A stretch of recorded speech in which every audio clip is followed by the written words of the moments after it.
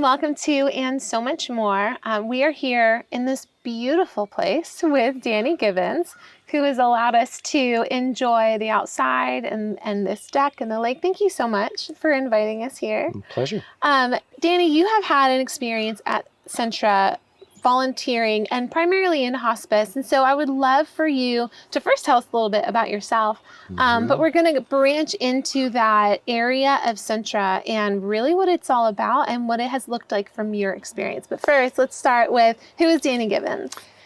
Well, briefly, born in New York in 1960, then lived there for a few years.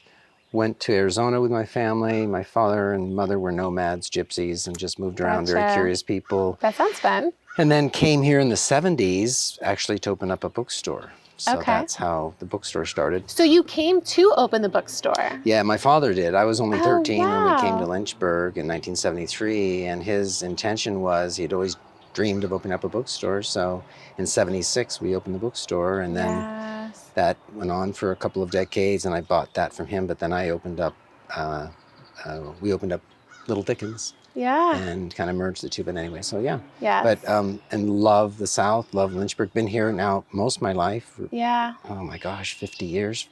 Oh, wow. Yeah. So now it's safe to say you have to tell people that this is home.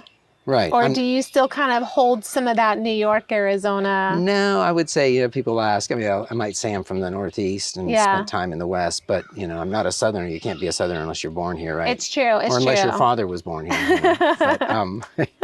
But no, I just love it. I love the trees. We love the weather. We love the seasons. And it's just many friends here now. It's a great community. It's a really wonderful is. community to have a business. And it's just the right size. I absolutely just adore it. Yes. And I have to say, so Gibbons Books, Little Dickens, that is my family's favorite. We go at least once a week and my kids will buy a book and sit and read it forever and ever and ever. So those of you who are watching who are making that connection, yes, this is the same Gibbons Books. And so what brought you into hospice? So you own a local bookstore.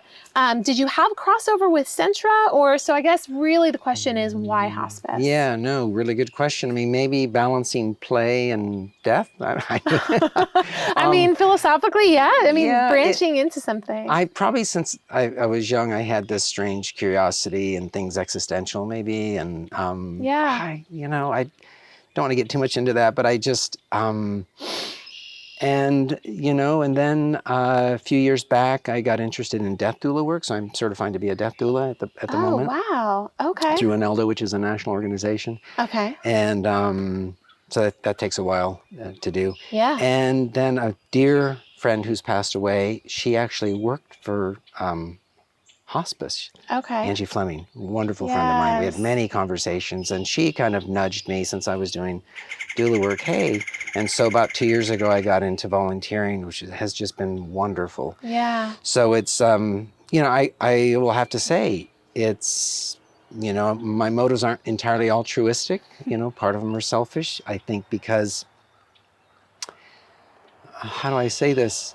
I think there's a certain craving in a way to be in touch with people who are in the final chapters of their lives to pass on wisdom. And I had been reading books on people in their final chapters and some of their regrets. And I thought as well, there's something special to be around people who sometimes are in the position to pass on wisdom. Yeah. And I haven't really been ever uncomfortable with that, with the dying process. And so, and then I went to a workshop up in Pennsylvania on death doula work, and that kind of sealed it for me. I thought, this is really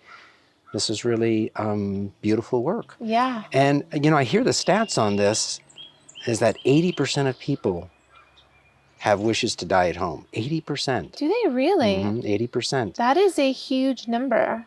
Yep. But in actuality, there's a huge disconnect here. Only 20%, around 20% end up dying in hospice care. Oh, wow. So, and if you look at hospice, the organization itself, it's centuries old. It started in the 10th or 11th century, just to give people a place, to die, the sick and the dying. But it was revived in London, I think in the 60s. Okay.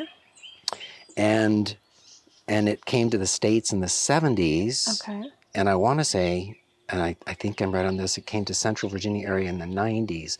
Legislation was passed, I want to say, in the 80s, late 80s, to where insurance would pay for hospice to a degree. And so that's what facilitated its flourishing here in the States. But so 80% want to die, but only 20% end up dying, at home or with hospice care. And so, or according to their wishes. Yeah.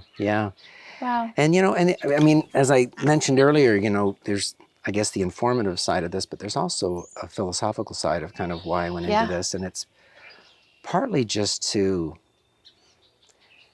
expose myself to people who are in that process. Elizabeth Kubler-Ross wrote a book in the 60s called On Death and Dying, and it was basically 500 interviews with people that were dying. Oh, that's incredible. And I mean, some people would shy away from that because I think there's a little bit of a death phobia in our country. There's a huge stigma for those who maybe are afraid of that portion of their own life or who have maybe experienced a loved one going through that people tend to keep it at arm's length. But there's something so beautiful about leaning in, especially for those who are in hospice, leaning into them, because I feel like that is also a huge population that wants to be seen. They need to be seen. And so for someone to sit like you are so willing to do and listen and take in all that they have to share, that's really incrediable. And so I do want to ask you, for those who are listening who maybe have never heard that term, what is a death doula?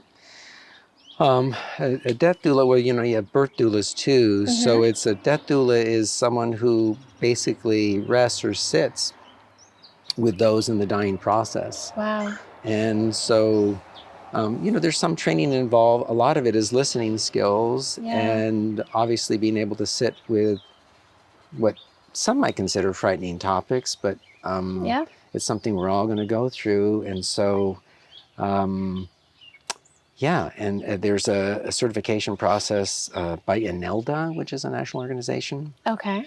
Roughly 80 to 100 hours, of training and volunteer work and some coursework and things like that.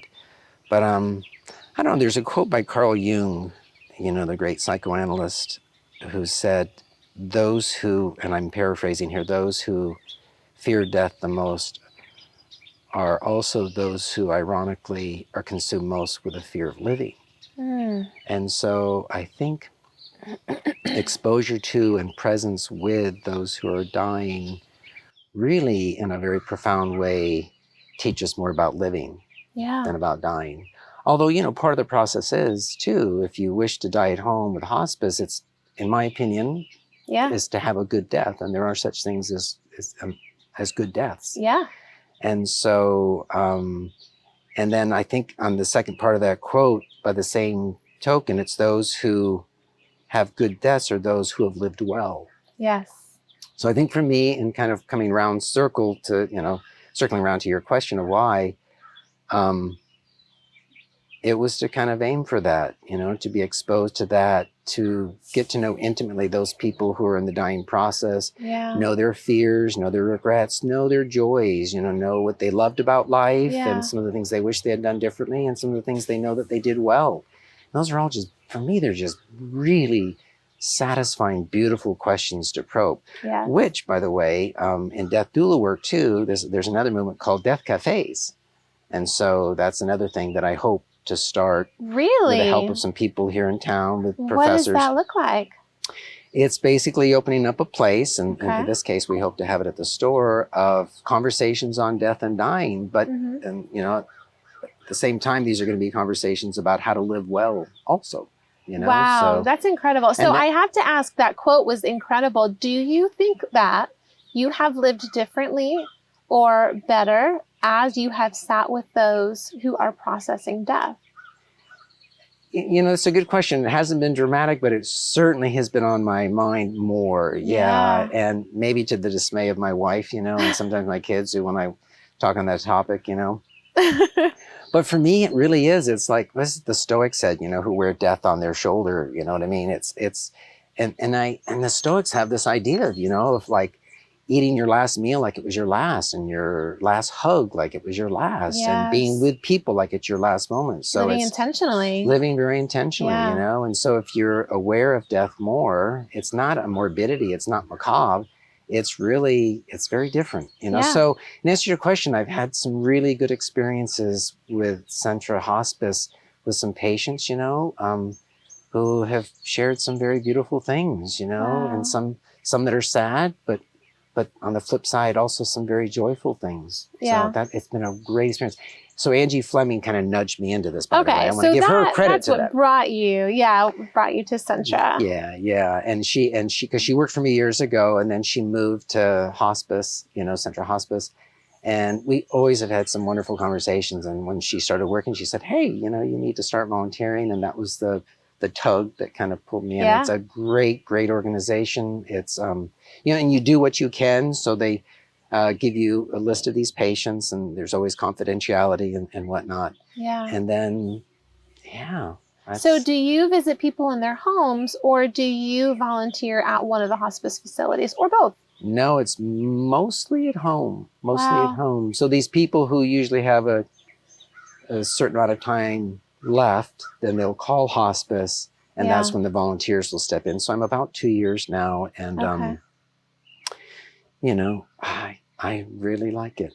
I really like it a lot. That's incredible. I can just hear the passion and how it has impacted your life. And that's not always the case. I think some people step into volunteering for an accumulation of hours for school, for organizations. And this is so incredible to hear, just this different perspective.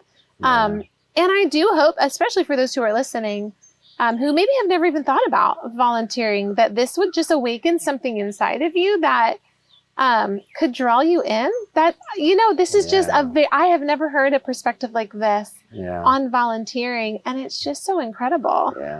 So if you feel comfortable sharing, what have been some experiences that you've had as you have in the last 2 years volunteered? Well, okay. A couple stand out. One, a lovely, lovely gentleman who just grew up with a love of poetry his whole life. Oh, wow. And ended up in a career that wasn't filled with things literature oriented. But, oh goodness.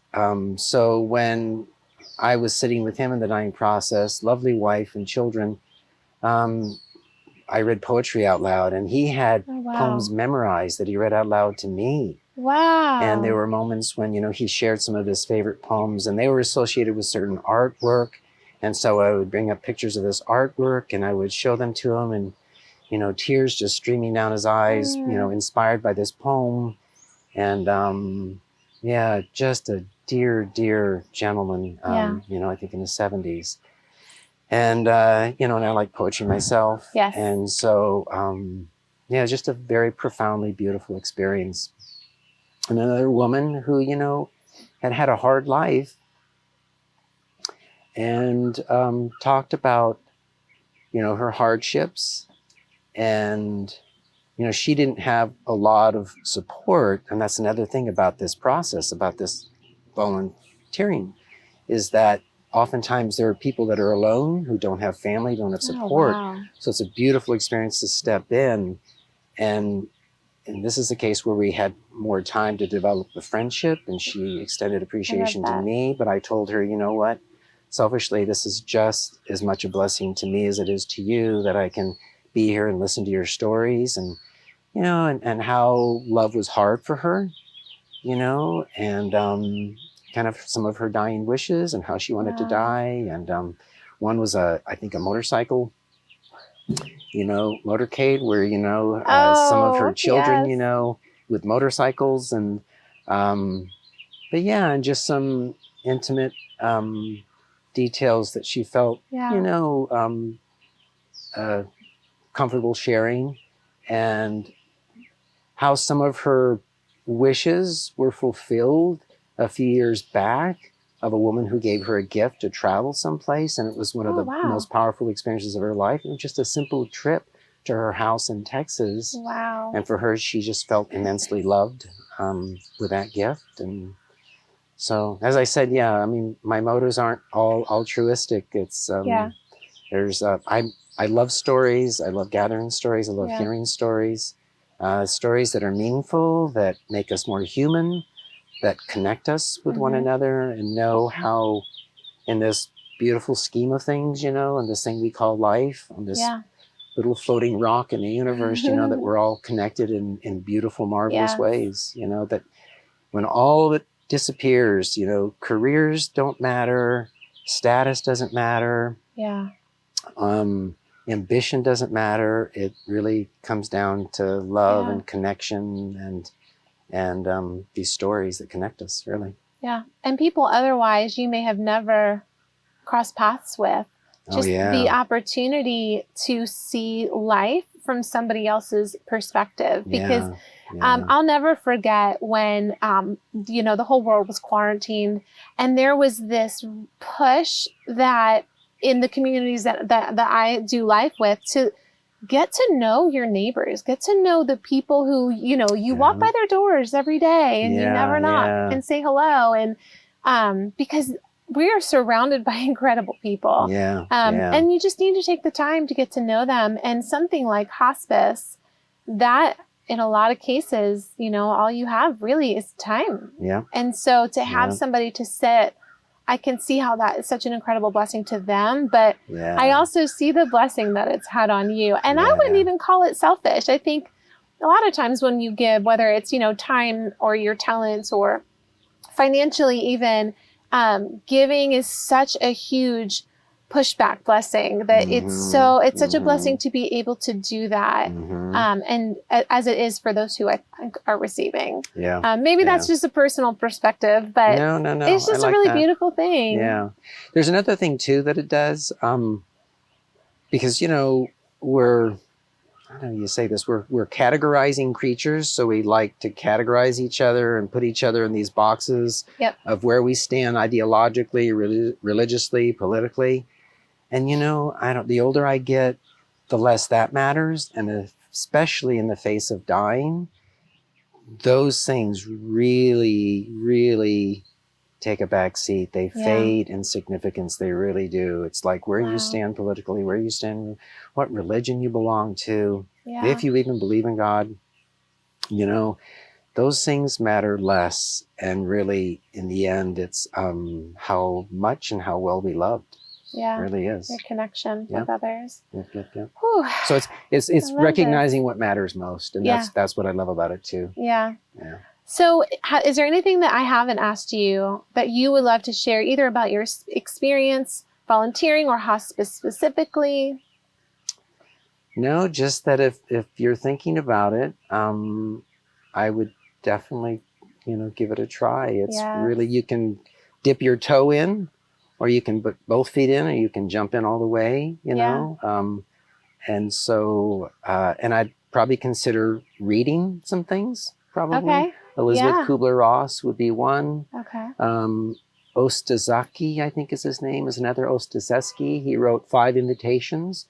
So probably start by reading a few books on the topic. And then those who are interested, you know, probably contact hospice and see, you know, what it's all about. And then, you know, and hopefully a few months down the road, we're going to be holding death cafes, and that'll probably tie in. But so stay tuned for that, for sure.